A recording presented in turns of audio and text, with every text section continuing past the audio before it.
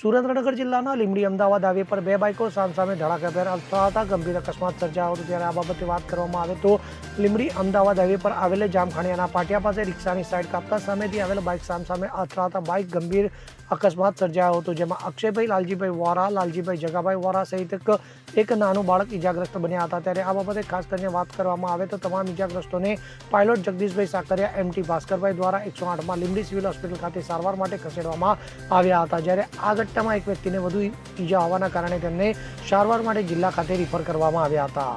કલ્પેશ વાઢેર સાથે CN24 news, Surendranagar.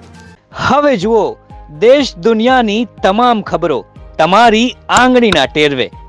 ઉઠાવો mobile અને ગૂગલ પ્લે સ્ટોર પરથી ડાઉનલોડ કરો અમારી CN24 ન્યૂઝ મોબાઈલ એપ।